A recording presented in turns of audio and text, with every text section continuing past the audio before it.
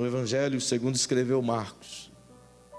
Dirigiu-me o Senhor esse texto, tão conversado convosco sobre esse texto tantas vezes, mas inspirou-me o Senhor mais uma vez lembrá-los das palavras de Jesus. Evangelho de Marcos, capítulo 9, versículo 14.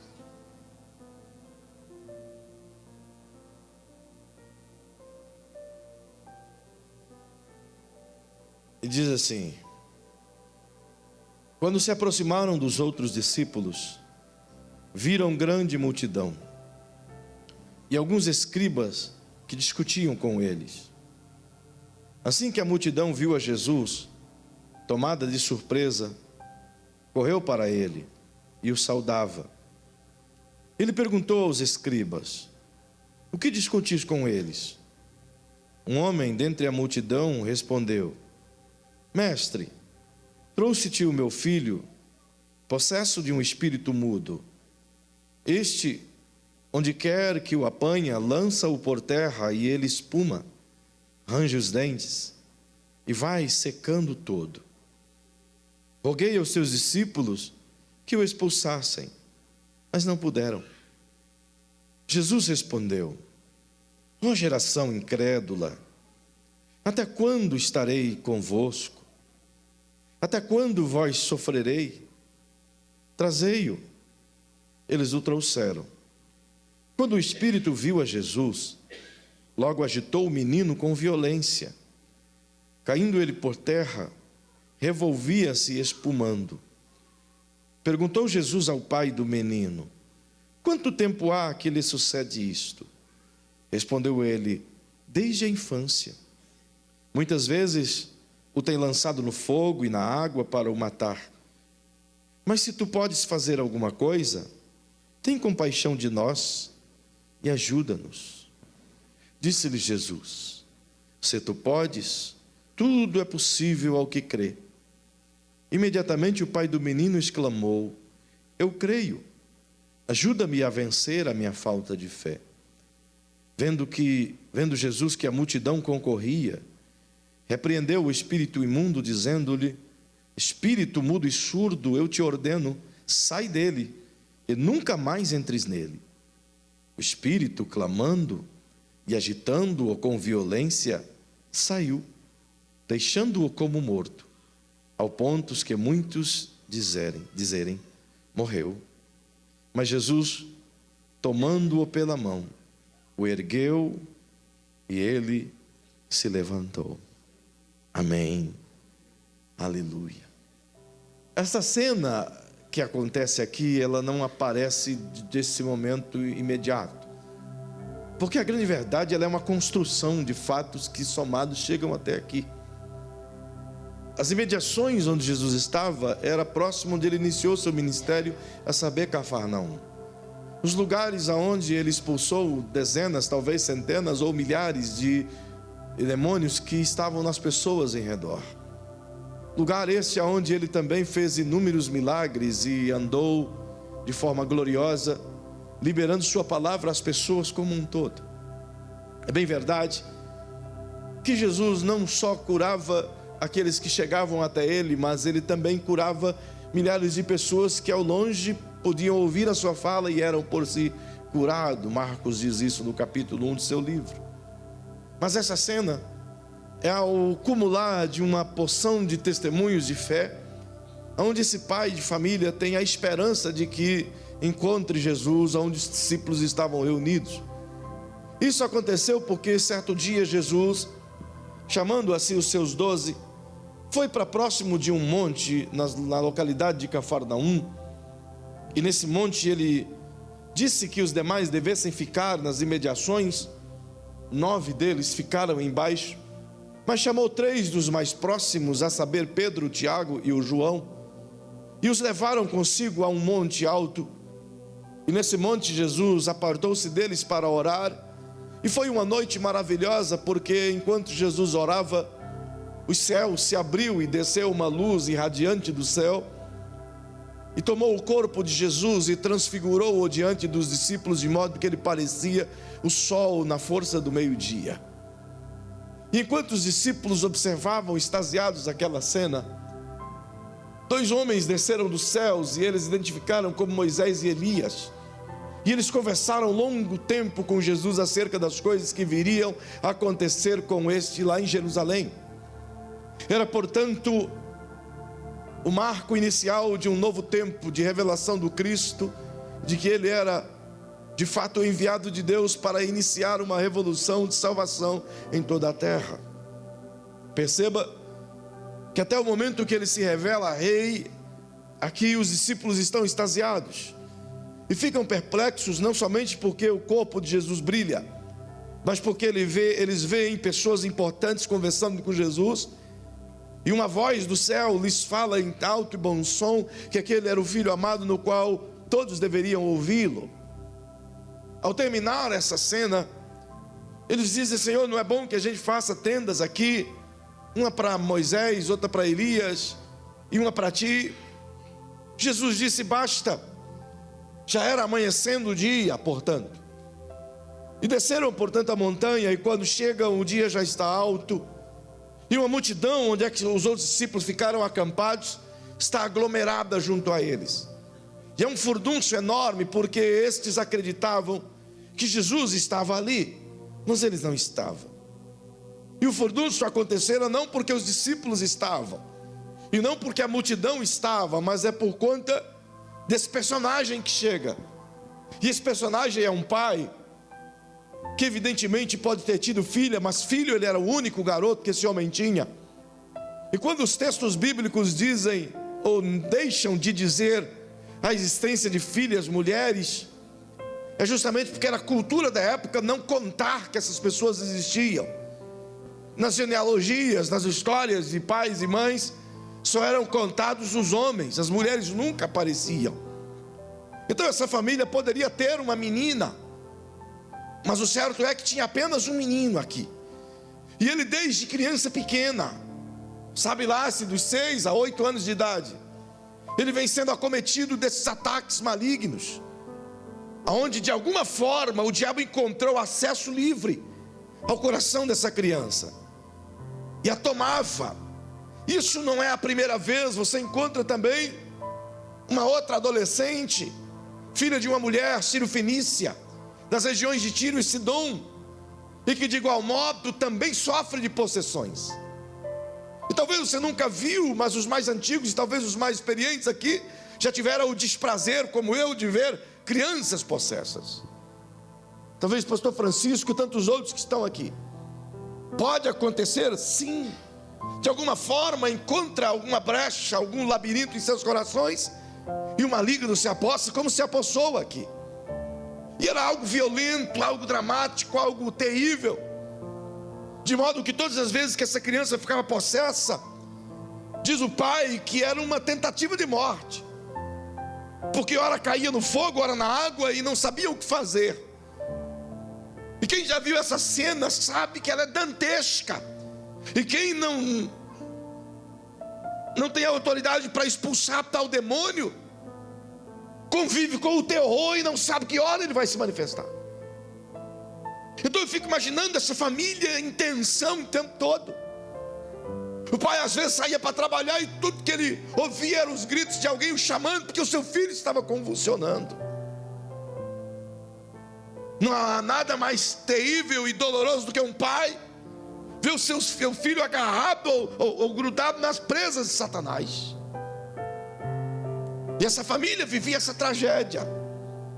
E eles escutam que Jesus está nas imediações, e que este fizera muitos outros milagres, e que agora era a oportunidade que eles tinham de encontrá-lo. E quem sabe, o pai ainda tinha um fio de esperança, e diz: vou pegar o meu menino e vou levar a ele, nossa esperança está lá. Mas perceba que quando ele chega onde os discípulos estavam acampados, 9 deles, ele foi até os discípulos e rogou e disse: olha, o meu filho está assim, assim, assim, e sofre há tantos anos, ora por ele. E o fato é que para que a cena tivesse em balbúrdia, é que o menino com os discípulos também ficou possesso. contrário, não tinha provas de que ele ficava possesso. A multidão não ia ficar eufórica discutindo com eles se ele não tivesse ficado possesso ali. Então, à medida que o pai leva o menino nos braços, amolecido pelas crises de possessão, apresenta o menino aos discípulos, eles oram, fazem barulho, profetizam, sapateiam e nada. O menino continua inerte, possuído por espíritos malignos. Óbvio que o coração do pai se entristece. Então, os religiosos que estão à cena, que nem podem fazer nada, mas são bons em criticar quem tenta, não ajudam, mas são peritos em criticar quem tenta ajudar. São hábeis em criar resistências e tumultos religiosos. Eles estavam aqui. Não foram lá para ouvir Jesus ou glorificá-lo pelo milagre. Foram lá justamente para tentar encontrar mais um meio de falar mal de Jesus. E eles conseguiram. Porque tudo que eles precisavam agora era de discípulos que não conseguiram atender a demanda que lhes era apresentada. O cenário que aparece é os discípulos envolvidos em uma questão que eles não sabiam como analisar e responder. Afinal de contas, estavam frustrados porque tudo aquilo que eles imaginou que poderia fazer, e diga-se de passagem, que antes acontecera. Se você for no Evangelho de Mateus, no capítulo 10, você vai ver Jesus dando ordem aos discípulos para que eles fossem e expulsassem demônios em muitas aldeias. Eles foram. E Jesus disse que viu Satanás cair do céu como um raio. E eles saíram felizes, porque a cena agora era diferente. Eles eram vitoriosos, mas nesse momento aqui a coisa fica difícil, porque eles estão aprendendo a lidar com as decepções e as frustrações do ministério, entendendo suas impotências diante de espíritos malignos tão ferozes. Mas eles não estavam preparados para isso. Os discípulos não. Eles estavam prontos para ver a vitória chegar, mas não conseguiram. Então eles mesmos têm criado dentro do seu coração uma plataforma de entendimento daquilo que eles poderiam chamar de fracasso espiritual. Por outro lado, você olha uma multidão observando a eficácia dos discípulos e vendo se eles são eficazes ou não, arrotulando cada um deles. Como se fosse pouco, tem um grupo de religiosos tentando explicações racionais e religiosas e lógicas de como a fé funciona. Estão aqui. Em contrapartida, tem uma família tentando se apegar à desesperança e ao consolo de que tudo que puderam fazer, fizeram e que agora não tem mais jeito. Então se conforte com a desesperança. Tem um filho, uma criança, que não consegue olhar para si mesma, porque seu corpinho é marcado pelas cicatrizes do fogo ou dos cortes de onde ele era jogado pelos espíritos malignos, com vergonha de si mesmo. Tem um pai onde tem que lutar com o restinho de fé que possuía, e que agora o restinho de fé se foi, porque tudo que ele tem na mão é fracasso, fracasso e fracasso. E os discípulos, tudo que podem dizer para ele é: fizemos tudo que pudemos. Mas o demônio continua aí. É nesse ambiente que os fariseus se levantam e começam a contender com os discípulos. E a contenda, obviamente, é direcionada: vocês não são discípulos de Jesus, vocês não andam com ele, vocês não estão com ele todo dia, por que vocês não fazem o que ele faz?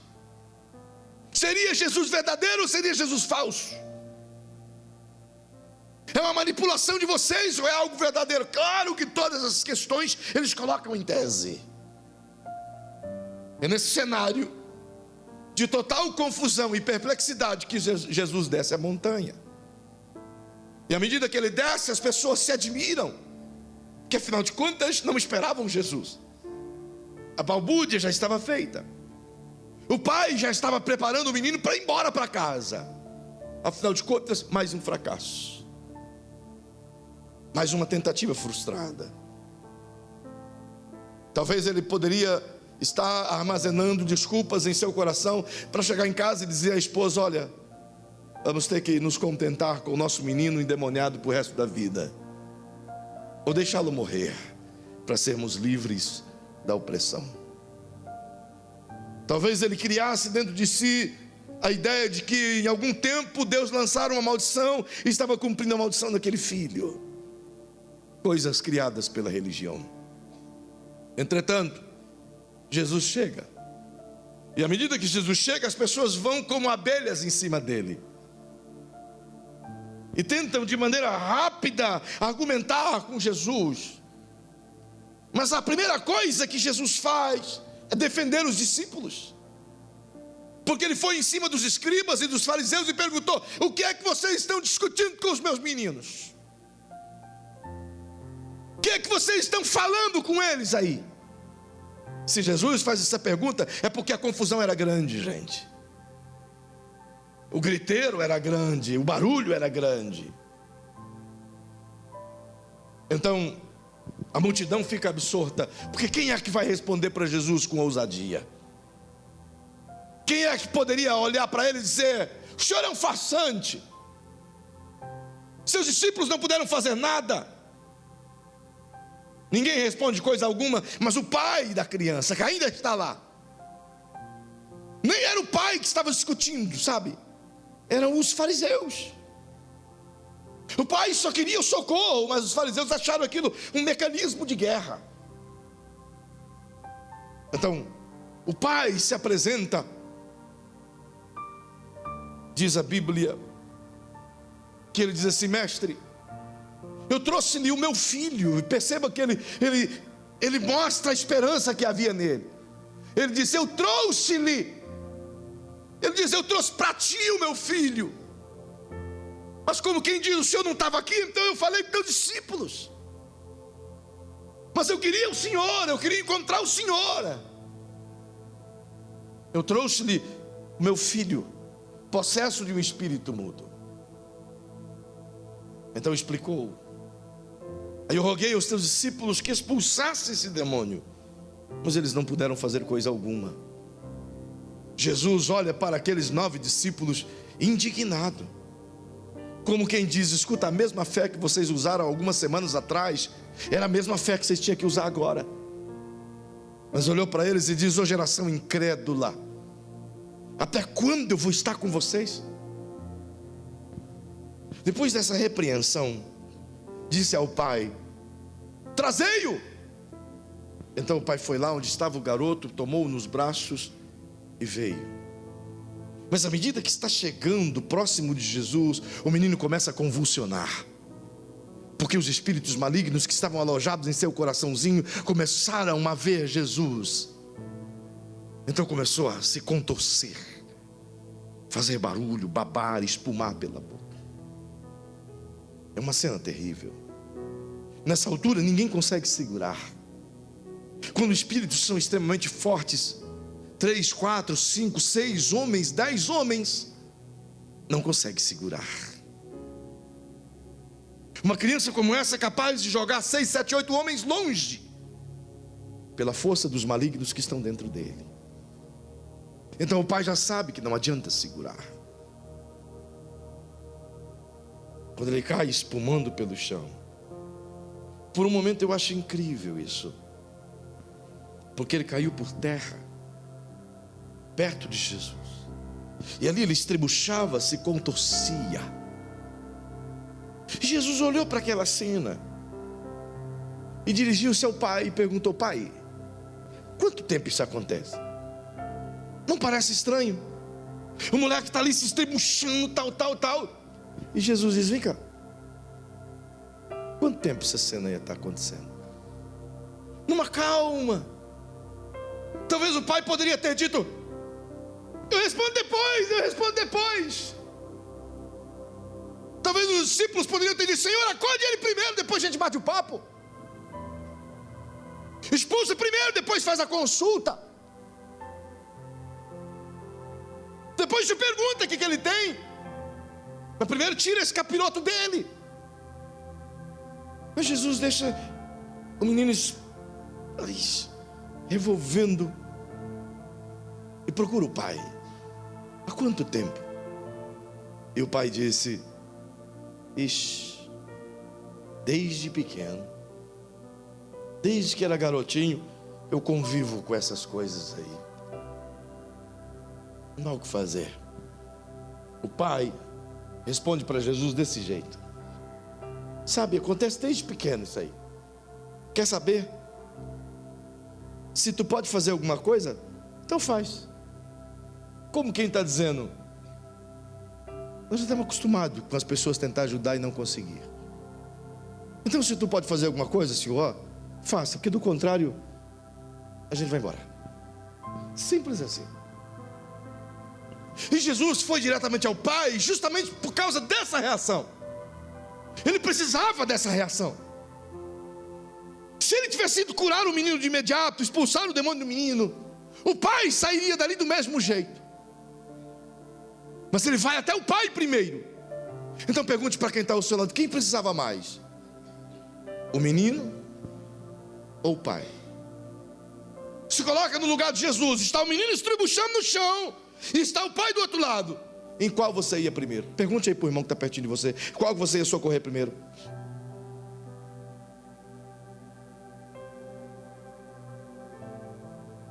Hã? É quase igual a pergunta: está pegando fogo, tem um bebê e a velhinha, qual que você salva? Pois. Talvez qualquer um de nós aqui iria de fato e verdade expulsar o maligno do corpo daquela criança. É ou não é verdade? A nossa ação de misericórdia ia de imediato limpar aquele guri. Mas é interessante que Jesus muda toda a cena. Enquanto nós iríamos fazer o inverso, ele vai até o pai e ele descobre o que tem no pai. Então foca toda a sua força no pai. Quando o pai diz assim: escuta, se o senhor pode fazer alguma coisa, Jesus poderia ter respondido: é claro que eu posso. Você está falando com Jesus, rapaz. Você não está falando com qualquer um desses discípulos Zé Ruela aí não. Você está falando com Jesus, que é a minha credencial de filho de Deus.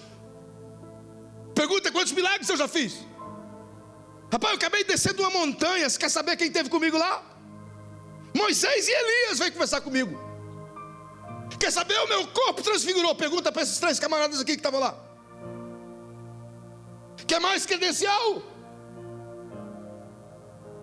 Sou filho de Deus Altíssimo, rapaz. A minha palavra não é minha, é dele. Expulsei um demônio há poucos dias aqui nessa montanha. Limpei um leproso. Ressuscitei a filha de Jairo. Mandei o menino da viúva de Naim levantar. Quer mais no meu currículo? Ele poderia ter dito tudo isso. Porque o pai do menino disse: se tu podes alguma coisa. Jesus disse: tudo é possível ao que crê. Sabe o que o homem faz? O pai do menino pegou a bola e jogou nas mãos de Jesus. Diz: toma, se tu pode fazer alguma coisa, faz, porque todo mundo já tentou. Aí Jesus pegou a bola e diz: pega de volta. Toma, que filho é teu. Quem pariu Mateus que embale. Quem fez um angu de caroço que coma. Resolve o problema. Tudo é possível ao que crê. Então o pai olhou para dentro dele mesmo e disse: cara, eu cheguei aqui com fé. Eu vim aqui por causa dele. Eu vim aqui porque eu sabia que ele podia fazer. Eu vim aqui porque eu escutei assuntos dele. Eu vim aqui porque eu já escutei a pregação dele. Eu vim aqui porque já me falaram dos milagres dele. Eu vim aqui não por causa dos discípulos, mas por causa dele. E agora eu estou tentando tirá-lo de mim. Quando cai essa ficha do pai, ele diz de imediato: Senhor, resolve o meu problema também. Ele diz: sabe por que meu filho está assim? Porque eu estou assim, ó. Sabe por que nada funcionou com meu filho até agora? Porque eu também não funciona nada em mim. Então diga para quem está ao seu lado, diga: a maioria das vezes a gente tenta colocar a culpa de nossos problemas, de nossa incredulidade, de nossa dúvida, no problema dos outros. Pastor orou por mim, eu não fui curada. O pastor é fraquinho de fé, pobrezinho, coitadinho, miserávelzinho. O cara não creu. A Bíblia não poucas vezes diz: crede nos seus profetas e prosperareis. Mas antes de crer em qualquer coisa que a sua liderança diz, que o seu pastor diz, que a sua igreja diz, você busca primeiro as opiniões clínicas, médicas, espíritas, televisivas, midiáticas, para depois acreditar no que a palavra diz. Nós colocamos a nossa fé em tudo quanto é coisa, menos no lugar certo. Na sexta-feira eu disse aqui na sala de reunião de oração: o nosso maior problema não é aumentar a fé, o nosso problema é diminuir a dúvida. Mais do que aumentar a nossa fé, é batalhar para diminuir a dúvida. Nós oramos desacreditando, nós pedimos milagres, mas crendo que o milagre não vem. Ao mesmo tempo que a gente diz: cura, Senhor, dentro do nosso ser a gente diz: mas é tão difícil. Eu já vi o Senhor curar tanta coisa, mas essa doença aqui é difícil. Não cremos. Jesus sabia que não bastava curar o menino, ele precisava curar a fé do pai. O coração do pai estava mais ferido do que o coração do menino. É por isso que ele joga para o pai e diz: escuta, olha como é que está teu coração. Então agora o pai olha para si mesmo e vê o vazio que ele tem. E à medida que esse vazio é diagnosticado, o pai entende e diz: eu preciso de ajuda também. A essa altura o pai se sente pior do que o menino. Então Jesus percebe que a multidão está ali vendo o menino esborrachando no chão, e começa a falar alto. Então ele dirige-se ao menino. Em uma frase ele libera, e ele diz: espírito maligno, mudo e surdo, eu te ordeno, sai desse menino e nunca mais entre nele outra vez.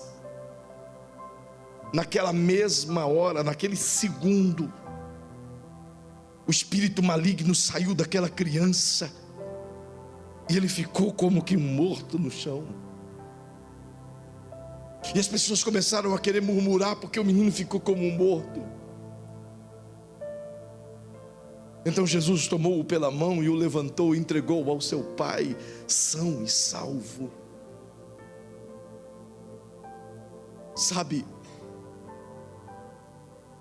Jesus ensina-nos muitas lições aqui, extraordinárias, importantes lições a nós.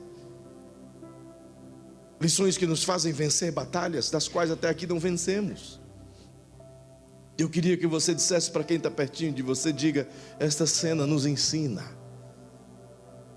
na postura de Jesus, que as nossas maiores batalhas em terreno da carne precisam ser antes vencidas em terrenos espirituais. Nós queremos vencer as nossas batalhas, as nossas guerras aqui nesse mundo físico através de nossa força física, através de nossas experiências físicas, quando na verdade, antes de acontecer algo aqui desse mundo, ele tem que ter acontecido algo aqui em cima no mundo espiritual. Precisamos entender isso. Jesus acabava de vir de uma montanha de oração. Ele conquistou aquela limpeza ali na oração primeiro. Quando ele vai, ele já sabe. É por isso que ele vai falar com o pai, porque ele sabe o que ele vai fazer com o menino. Lembro-me de um tempo atrás, eu estava 3 dias consecutivos em uma intensa busca ao Senhor. Nós morávamos em uma casinha muito simples. Então veio um senhor e bateu na porta dessa casinha e disse: missionário, é preciso descer naquele lugar ali embaixo, onde é que tem um senhor que está terrivelmente endemoniado. E eu digo: como está sendo? Ele diz: está há 4 dias amarrado. 4 dias amarrado? Sim, está num pé de manga. A polícia está lá, a família já não aguenta mais e tal e tal. Me ajudou no início esse homem, inclusive. Mas a família dele vivia sob um mundo de tal opressão. Ele estava totalmente possesso. Então eu disse: Senhor, o que faço? O Senhor disse: vá lá, vá tranquilo. E eu desci tranquilo. E tinha aquele montoeiro de gente nesse lugar. E quando eu olhei a cena, eu digo: Jesus de Nazaré, que coisa mais triste. A cena era deplorável, porque ele estava amarrado a um pé de manga, todo cheio de fezes, há 4 dias, sangrava e espumava, seus olhos não se via, ele urrava como um leão. Então eu digo: Senhor, o que faço agora? E o Senhor disse: fale de mim para essas pessoas. Digo: como devo fazer, Senhor? Só abrir, pregar. Ele disse: não, mande soltar o garoto. Eu digo: Senhor. Ele diz: solta, manda soltar ele, aí você prega. Eu digo: mas não vai dar para pregar. Ele diz: solta. Então eu disse: solta ele, por favor. A família diz: o senhor é louco. Lembro-me que a mãe dele, uma senhora fortuna, disse: falei que não adiantava chamar esse louco, deu tanto trabalho. E eu digo: vocês querem ou não querem? Soltai-o. Então foram lá e soltaram. Eu estava aproximadamente uns 5 metros de distância. Quando ele se viu solto, ele voou do pé de manga até onde eu estava. Ele veio com as unhas assim e chegou a pegar aqui em mim. Mas à medida que ele vinha vindo, o Senhor me disse: mande-o parar. Então eu digo: em nome de Jesus. Ele caiu e ficou como que uma estátua. Então eu preguei 40 minutos com ele ali, daquele jeito. Eu falei de Jesus como nunca naquela manhã. E em seguida expulsei aquele capiroto terrível. Aquele homem se entregou para Jesus. E várias outras pessoas se entregaram para Jesus por causa daquela coisa. E o Senhor me deu um entendimento de que tem coisas que a gente só consegue vencer se antes nele vencermos. Tem coisa que a gente batalha o tempo todo aqui, mas a gente não consegue tomar posse delas, porque elas não são conseguidas em nossa atmosfera, mas na atmosfera espiritual. É por isso que Jesus disse aos discípulos, quando eles indagaram ele lá na frente, disseram: Senhor, por que nós não conseguimos expulsar? Jesus disse: porque esta casta só consegue expulsar com oração e com jejum. Ele não estava dizendo uma prática, ele estava dizendo: essa casta você só consegue expulsar quando o teu nível de relacionamento estiver íntimo com o Pai. Não é por sacrifícios humanos, mas é pela comunhão que você tem. Quanto maior é o nível de comunhão, mais é o poder que a gente opera. Então mostra para quem está pertinho de você e diga: se você quer vencer as coisas nessa atmosfera, é preciso gastar horas em oração diante de Deus e vencê-las no campo espiritual. Do contrário, é perca de tempo. Há pouco tempo atrás aqui tinha um homem possesso o dia inteiro. E 2 pastores nossos aqui estavam atendendo uma luta. Um deles não está mais conosco. Atendeu o dia inteiro numa luta tamanha. E nada. E a polícia estava lá, e os capirotos fazendo festa. Então eram umas 10 da noite, eu estava vindo, acho que da casa do irmão Toninho, de uma reunião que tivemos lá. Minha esposa estava comigo, eu acho. Quando eu recebi uma ligação desse obreiro, e disse: pastor, nós não aguentamos mais, estamos desde cedo aqui. Eu digo: por que não ligou mais antes? Ele diz: faz alguma coisa. Eu digo: então tá, diga para ele que em nome de Jesus, Emerson Feitosa falou, em nome de Jesus, sai. Ele ligou daqui a pouquinho e disse: pastor, já foi embora. Não é eu, é quem anda comigo e quem eu ando com ele. Quer você queira, quer não, é comunhão com ele, irmão. Então não tema aquele que bate tambor na sua volta, não tema aquele que coloca sapo morto na tua casa, porque maior é o que está com você do que aquele que está no mundo, irmão. Mas a gente quer vencer na carne. Chacoalha o irmão que está perto de você e diga: vença no joelho. É melhor. Poucas pessoas se dispõem a passar tempo em oração. Eu acho interessante. Se você fazer uma análise da vida de Jesus, ele não orava menos de 2 horas por dia. Não poucas vezes ele passava a noite inteira de joelhos em um monte. Noites inteiras. Agora eu lhe pergunto: Jesus precisava disso? Ele é Jesus. Por que então ele precisava disso? Porque ele sabia que as batalhas em terra são ganhadas na região celestial. E é interessante que o apóstolo Paulo nos dá essa ideia. Vem comigo na sua Bíblia, por favor.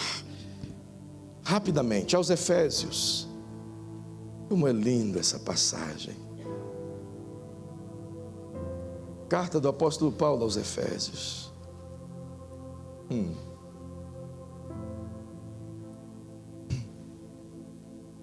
Olha o que Paulo diz no capítulo 1, versículo 3. Bendito seja o Deus e Pai de nosso Senhor Jesus Cristo, o qual nos abençoou com todas as bênçãos espirituais nas regiões celestiais em Cristo Jesus. Agora diga para quem está ao seu lado: melhor é isso, coloque a mãozinha no ombro de quem está perto de você e diga assim: por causa de Jesus, Deus o Pai já te abençoou com toda sorte de bênçãos nas regiões celestiais. Diga: elas já existem. Todas as bênçãos já existem para você nas regiões celestiais. Tá, e daí? Elas estão lá, e daí? Como vamos tomá-las? Como vamos pegá-las? É possível esticar o braço e pegá-las? Não, não é possível. Elas estão conquistadas por meio de Jesus, o acesso é dado por meio de Jesus. Então como eu posso pegá-las? Na mesma dimensão que elas existem, se eu edificar a minha vida em maneira espiritual, pela fé eu trago o céu à terra. É por isso que Jesus disse: vocês devem orar assim. Gente, isso é maravilhoso. Em Mateus capítulo 6, verso 8, Jesus disse: quando orardes, não useis de vãs repetições, como fazem os pagãos, mas vós orareis assim: ó Pai nosso que estás no céu, santificado seja o vosso nome, venha a nós o teu reino, e seja feita a tua vontade, assim na terra como no céu. Quando ele diz: vós orareis assim, diga para quem está ao seu lado, diga: substitua a palavra oração por relacionamento, ou relacionai. Diga relacionai. Então diga assim: vós relacionai com Deus assim. O que Jesus estava dizendo: a vossa vida não pode ser feita de mantras, não pode ser feito de momentos de oração, não pode ser feito de simplesmente métodos de oração, não pode ser feito de xamãs de oração, de patuais de oração, de mecanismos de oração. Ele está dizendo: a vida de vocês deve ser uma conexão direta, deve ser um relacionamento com o Pai. Se você tiver um relacionamento íntimo com o Pai, o céu vai estar à disposição de você, e você vai estar à disposição do céu. Vai se misturar você no céu e o céu em você, vai ser a mesma coisa. É isso que ele está dizendo: sai dessa atmosfera terrena e entra na atmosfera espiritual. Sai da carne e entra no Espírito. Pare de viver na carne e viva no Espírito. Mas insistimos em viver na carne. Paulo disse: se vivemos em Espírito, andemos também em Espírito. E se vivermos em Espírito, então todas as bênçãos que estão nas regiões celestiais estão à disposição de todos nós. Jesus sabia. E eu preciso terminar e dizer a você: diga para quem está ao seu lado, por bondade, diga: meu irmão, Jesus ensina. Por mais que o diabo se apresente como um grande guerreiro, como príncipe das trevas no mundo, ele não passa de um guerreiro vencido, derrotado, acabado. É isso que você tem que crer, irmão. Você não serve um homem, você serve o Rei dos Reis, o Senhor dos Senhores, o que está sentado num alto e sublime trono, o princípio e o fim, o alfa e o ômega, o que tem todas as coisas na palma das mãos dele, e que levantou a voz e disse: é-me dado todo o poder nos céus e na terra. Foi ele quem disse: em meu nome expulsarão demônios. Não deixe o diabo reinar na tua casa. Não deixe ele nem entrar na tua casa. Fecha a porta para ele lá. Talvez ele entre na casa de muita gente, por meios televisivos, por meios midiáticos, por objetos, por mecanismos de línguas humanas, por raiva, por ira, por ódio, por contendas. E talvez não sabes o porquê que ele está cirandando em áreas da vida em específica. E eu não quero aqui fazer uma laparoscopia das coisas que está acontecendo, porque eu creio plenamente no nome do Senhor Jesus, e basta eu citar esse nome, é mais do que suficiente para Satanás pegar toda a matula que ele tem e arrancar-se da sua casa, da sua família, do seu lar, daquilo que opera em você. No nome de Jesus, sim, ele tem que sair, não por causa de nós, mas por causa daquele que nós está. Jesus estava dizendo para os discípulos: parem de labutar as coisas espirituais com as suas armas humanas. Em terceiro momento, disse Jesus: diga para quem está pertinho de você, por favor. Eu gosto de fazer isso para você entrar naquilo que eu estou dizendo. Diga para essa pessoa, diga: meu querido irmão, nesse ambiente em que Jesus chega, ele nos ensina a ver que precisamos restaurar a fé em uma fé viva, em um Deus vivo. É no ambiente de conflito que é o melhor lugar para testar a fé. É no ambiente de luta que a sua fé tem que ser colocada em ação. É quando tudo diz não, que pela fé você tem que dizer sim. É quando nada mais tem jeito, que você tem que abrir a tua boca e declarar: tem jeito, em nome de Jesus. A fé não opera na lógica, a fé opera no que é ilógico. A fé não opera no que é natural, a fé opera no que é sobrenatural. Como disse, a fé não opera no futuro, nem no passado, opera no presente, no agora. Então é o agora, irmão.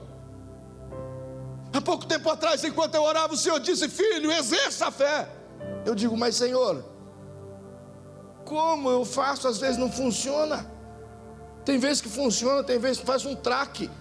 Tem vezes que o traque funciona, tem vezes que não funciona. E ele disse: é de fé em fé, é de funcionamento em funcionamento. Ela não funcionou hoje? Eu digo: não. Mas ela funcionou ontem? Funcionou. Então pronto, funcionou ontem, continue. Não é porque ela não funcionou hoje que não vai funcionar amanhã. Você não conhece os meus propósitos. Então exerça a tua fé, declare-o quantas vezes for necessário. E sabe de uma coisa, querido? A fé não se manifesta em atitudes. A fé se manifesta em palavras. As atitudes nascem das palavras. Sabe? Quantas vezes nós cremos aqui, mas não liberamos aqui?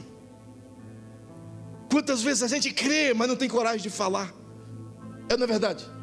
Talvez eu esteja falando com pessoas aqui que já foi orar por enfermo, e aqui dentro creu, tinha uma fé tremenda aqui dentro, sabia que ia ser curado, mas ficou com medo de falar. Já aconteceu isso com alguém? Comigo já uma dezena de vezes. E perder a oportunidade de liberar a cura para alguém. A fé manifesta-se através daquilo que você libera. É por isso que a Bíblia diz que a fé é o firme fundamento das coisas que não se veem e a prova das coisas que se espera. Você não tem, mas você diz: eu tenho. Você não está vendo na tua mão. Todo mundo pode dizer: você não está vendo nada, mas você diz: mas eu já vi e eu estou declarando. As pessoas me dizem: para que o senhor está tanta coisa nessa igreja? Eu digo: estou preparando para a multidão que virá. Mas não veio ainda, mas ela já existe. Eu sei que ela já existe. Eu já vi esse pátio cheio de gente, e nós vamos cobri-lo inteiro. Aqui vai ser tomado de pessoas, eu já vi. Mas nós não temos ainda, mas eu já vi. A fé não espera ter. Paulo diz que não vivemos por aquilo que vemos, mas por aquilo que cremos. Então chacoalha o ombro do seu irmão e diga: você crê? Tudo é possível ao que crê. Não, você não entendeu nada. Eu vou dizer de novo para eu terminar, porque é hora de eu. Pergunta para o teu irmão: você crê realmente? Diga para ele: tudo. Tudo. Tudo. Tudo. Tudo. Tudo. Tudo. Tudo. Tudo.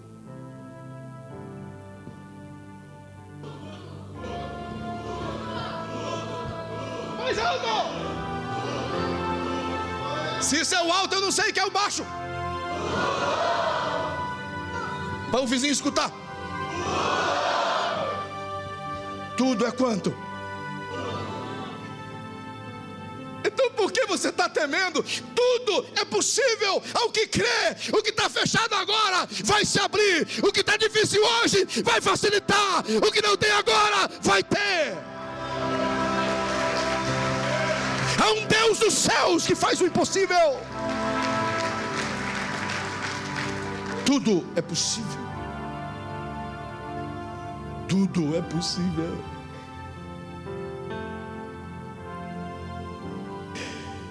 Precisamos sair daqui essa noite cônscios disso. E eu quero te desafiar, irmão. Eu quero desafiar você a olhar o que é impossível na sua vida. O que você tem lutado há tanto tempo e tem dito: não tem mais jeito. Eu quero desafiar você a crer o suficiente e declarar com fé, com substância, e dizer: tem jeito, em nome de Jesus. Apareça em nome de Jesus. É possível. Quem disse isso, pastor Jeremias? Não foi Jesus? Porventura Jesus pode errar? Alguém aqui já se decepcionou com o que Jesus disse alguma vez? Alguém aqui já teve experiência do que é impossível aconteceu? Ninguém? Alguém aqui já teve alguma experiência do que era impossível aconteceu na sua vida? Não, eu queria que você olhasse para a pessoa bonita pertinho de você e diga: já aconteceu alguma coisa milagrosa com você? Que você tem certeza que foi Deus? Mesmo? Aí em cima já aconteceu com alguém aí alguma coisa milagrosa? Então escuta essa. Ele disse assim: Jesus Cristo é o mesmo ontem, hoje e eternamente. É o mesmo. O que Ele fez de milagre ontem, Ele faz hoje e vai fazer amanhã também. O que lhe é possível ontem, é possível hoje e vai ser possível amanhã também. Sim, é possível. Fique em pé.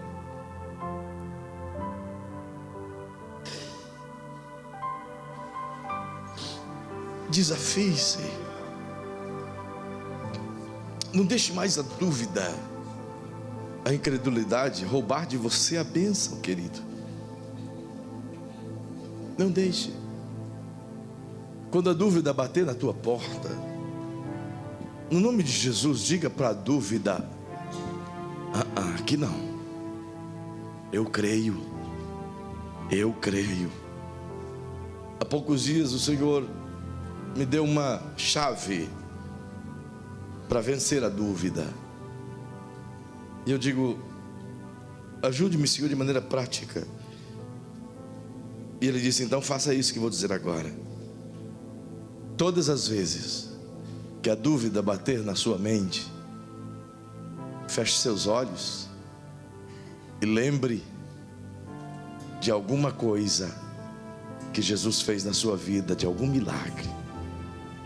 Todas as vezes que algo impossível tocar em você, feche os seus olhinhos e se lembre de algo impossível que Ele fez. Você vai ver que aquela lembrança suplantará a dúvida e vai fazer com que cresça a sua fé todas as vezes. Sabe quando o aperto chega em mim? E chega. Então eu fecho meus olhos aqui, às vezes nesse gabinete ou lá na minha casa, e eu passo alguns minutos se lembrando de todas as vezes que Ele do nada fez coisas, que fez curas extraordinárias. Então eu me lembro que Ele continua o mesmo e Ele não mudou. Então hoje eu quero te convidar a entrar numa dimensão espiritual, ultrapassar esse limite terreno aqui agora e trafegar nas vias espirituais. Não importa o que é impossível, importa que é possível. Feche seus olhos agora. Se você puder colocar a mão sobre o seu coraçãozinho, diga para você mesmo: não importa o que é impossível, importa o que é possível. Que tudo é possível. É essa frase que você tem que armazenar aí dentro. Tudo é possível. Tudo é possível. Tudo é possível, tudo. E eu vou orar com você agora. Mas eu vou orar com você mediante a sua fé. Eu quero unir a minha fé com você. E juntos, o que é impossível na sua vida vai acontecer. Não por causa de nós, mas por causa da nossa fé nele, no que Ele disse. Depois dessa oração, eu vou convidar você a entregar sua vida para Ele. Então agora, feche seus olhos. Paizinho querido, é no majestoso nome de Jesus nome que é sobre todo nome, que oramos agora. Oramos acreditando, Senhor, naquilo que Tu dizes, no poder que o Senhor colocou dentro de nós através do nome de Jesus. Somos vasos Teus e reside em nós a Tua unção. E essa palavra não é minha, é Tua palavra, Senhor. Está escrito na Tua palavra.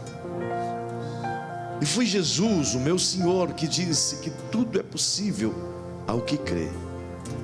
Talvez tenha falado com pessoas aqui esta noite que não conseguem crer ainda. Então eu vou te pedir uma mãozinha, Senhor.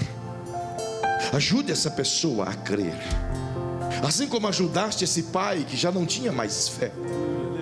Ajude essa pessoa a ter fé, Pai.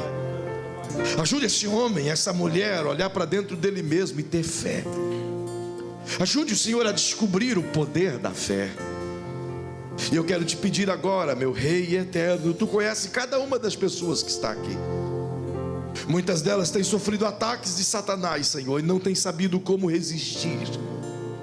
Muitas têm perdido coisas, o diabo tem entrado na seara deles e tirado as coisas deles, Pai. Eles não têm sabido como dizer não. Mas agora eu te peço no nome de Jesus, mediante a fé de cada uma dessas pessoas que estão aqui, Senhor.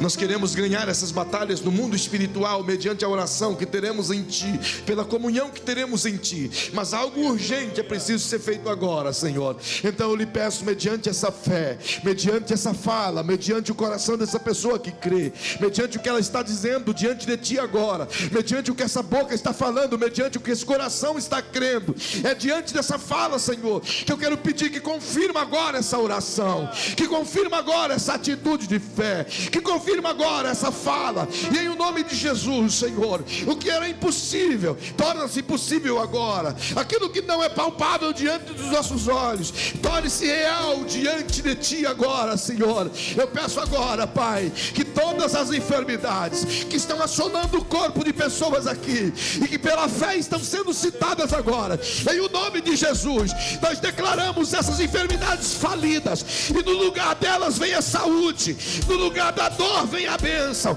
no lugar do câncer vem a saúde, em o nome de Jesus. Sai agora toda enfermidade, sai toda paralisia, sai toda cegueira, sai toda surdez, sai todo problema nos ossos, sai todo problema de ouvido, em o nome de Jesus. Sai inflamação e vem a saúde, sai a dor da coluna e vem a saúde, sai a inflamação dos ossos e vem a saúde, em o nome de Jesus. Ó Senhor, eu me levanto agora na autoridade do nome de Jesus para declarar, Senhor, que Satanás não tem autoridade sobre aqueles a quem o Teu Espírito selou. Por isso, Senhor, em o nome de Jesus, todo espírito das trevas, toda obra de Satanás, toda ação do diabo, seja quebrada agora, seja repreendida agora.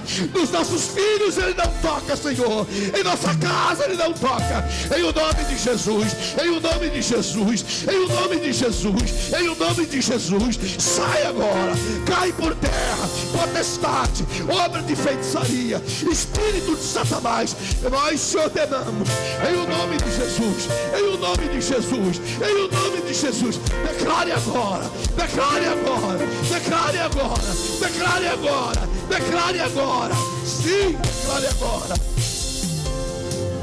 Fale mesmo, fale mesmo, declare com autoridade, em o nome de Jesus. Seja livre da opressão, seja livre da depressão, seja livre do estresse, seja livre da dor, seja livre da prisão, seja livre, seja livre, seja livre, seja livre. Eu sei que não estou só. O que dizes sobre mim não pode se frustrar. Venha em meu favor. Em nome de Jesus. Diz-me o Espírito Santo. Tem muita gente não sabendo disso, mas o diabo tem roubado a sua prosperidade. ele tem furtado de maneira silenciosa, impedindo o seu sucesso, te trazendo enfermidades constantes, provocando quebraduras, provocando defeitos, provocando mau crédito, provocando maus compradores, provocando inadimplentes, só para te ferir. Ele não pode tocar você, mas ele usa alguém para tocar você por meio das suas coisas. Pois eu quero convidar você em nome de Jesus. É uma direção que recebo do Espírito. Se você está sofrendo de alguma maneira na área financeira, há um espírito maligno comendo pela perna, em nome de Jesus eu quero te dizer: sai do teu lugar. Eu quero declarar essa derrota dele agora, no nome de Jesus. Mais do que isso, os pastores ungirão quem quiser, em nome de Jesus, em nome de Jesus. Há algo sobrenatural aqui. Se você quiser vir, vem agora. Não vou esperar mais. Vem agora, vem agora, vem agora, vem agora, vem agora. Liberdade, liberdade, liberdade. E cumpra em mim teu querer. Deus do impossível desistiu de mim. É uma batalha agora. É uma batalha agora. Prevalecer. Deus do impossível desistiu de mim. Sua destra me sustenta e me faz prevalecer. O diabo não tem mais domínio sobre o teu negócio. Em nome de Jesus. Em nome de Jesus. Em nome de Jesus. Espírito de miséria, espírito de pobreza, espírito de escravidão financeira, espírito que endivida as pessoas, espírito que leva ao consumismo, espírito que leva à inadimplência, em o nome de Jesus. O que é teu tu pega agora e vai embora. O que é teu tu sai desta vida, porque estes temerão ao Senhor, e o que o Senhor colocar nas mãos deles é do Senhor neles, em o nome de Jesus. Não tens autoridade mais sobre essas vidas, não tens autoridade mais sobre esses lares, em nome de Jesus, em nome de Jesus. Sim, sim, a vitória está chegando. Sim, a vitória chega agora, em nome do Senhor.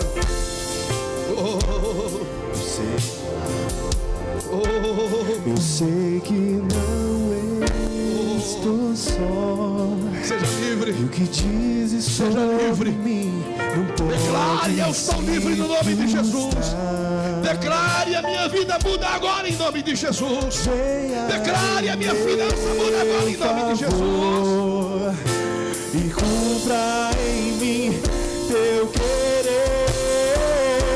O Deus do impossível desistiu de mim. Pode voltar para o seu lugar, sim, mas volte sabendo que desse mal você não sabe mais. Prevalecer. O Deus do impossível. Pode voltar para o seu lugar, mas volte sabendo que desse mal você não sofre mais. Desse não. Mas eu quero oferecer Jesus a você agora. Se houver alguém aqui esta noite que entrou aqui sem Ele, você sabe que você não pode permanecer mais um dia sem Jesus. E se tiver alguém aqui essa noite que diga: eu sou essa pessoa, eu quero entregar o meu coração ao Senhor Jesus, eu quero aceitá-lo como meu Salvador, eu quero recebê-lo como meu Senhor. Se houver alguém aqui essa noite, onde você estiver, você levante uma de suas mãozinhas agora. Talvez você queira se reconciliar com o Senhor, talvez você queira se entregar ao Senhor de coração, e o diabo não mais reinar sobre a sua vida. Em nome de Jesus. Há alguém aqui essa noite? Há alguém que agora decide se entregar para Jesus? Há alguém? Se houver alguém aqui agora, levante uma de suas mãos. Lá tem uma jovem. Ajude ela aí, ora com ela aí. Oh, aleluia, aleluia. Onde está a segunda pessoa aqui esta noite? Onde está a segunda pessoa que levanta a sua mão dizendo: eu quero Jesus mais do que tudo na minha vida? Onde está? Tem mais alguém aqui essa noite? Tem mais alguém? Onde está você? Tem mais alguém? Levante a sua mão se você quer entregar-se a Jesus. Aproveite agora, é hoje a tua oportunidade. Você não pode ir embora daqui sem Ele. Hoje é a tua noite. Hoje é o privilégio de ser liberto por completo. Há mais alguém, há mais alguém, há mais alguém. Eu ficaria a noite toda insistindo, mas eu não posso mais. Vamos terminar essa canção cantando. Aliás, esse culto cantando. Vamos lá, cantando essa canção. Canta conosco, canta, canta, canta, canta, canta, canta, canta. O vento ele acalmou, o medo repreendeu. Oh, é tempo de vitória para você, viu, Mar? Ele ordenou, o mar obedeceu. Cante, cante. Não temo mais o mar, pois firme está minha fé. No meu barquinho está Jesus de Nazaré. Se o medo me cercar, ou o vento soprar, seu nome eu clamarei, ele me guardará. Feche seus olhinhos agora. Paizinho, eu termino a minha participação, a minha adoração a Ti. Mas nós terminaremos, Senhor, com essa canção liberando fé na vida das pessoas. Por isso eu quero Te agradecer por esta noite, pela Tua palavra, por essa Tua filhinha que volta aos Seus braços, que se entrega a Jesus, o Teu Filho. Enche ela do Teu Espírito Santo, Senhor, e ela possa ser agora selada por Ti, e o diabo não mais ter acesso à vida dela. Essas pessoas que hoje liberaram pela fé a liberdade que o Senhor propõe pela Tua palavra, Senhor, que essa fé funcione, que essa semana seja uma semana de milagres e de vitórias tão grandes, que pessoas sejam surpreendidas com os milagres em suas vidas, que pessoas sejam surpreendidas e glorifiquem o Teu nome por aquilo que há de acontecer. Portanto, Senhor, venha a Tua nuvem de glória sobre nós, venha a Tua nuvem de glória sobre essa igreja e os abençoe muitíssimamente, que eles tenham dias de vitória para a glória do Teu nome, e quando voltarmos aqui tenhamos coisas para Te glorificar por aquilo que o Senhor fez em nós. Assim eu Te louvo, assim eu Te peço, declarando sobre eles uma semana de vitória, uma semana de paz, uma semana de conquista, em o nome de Jesus. Oh!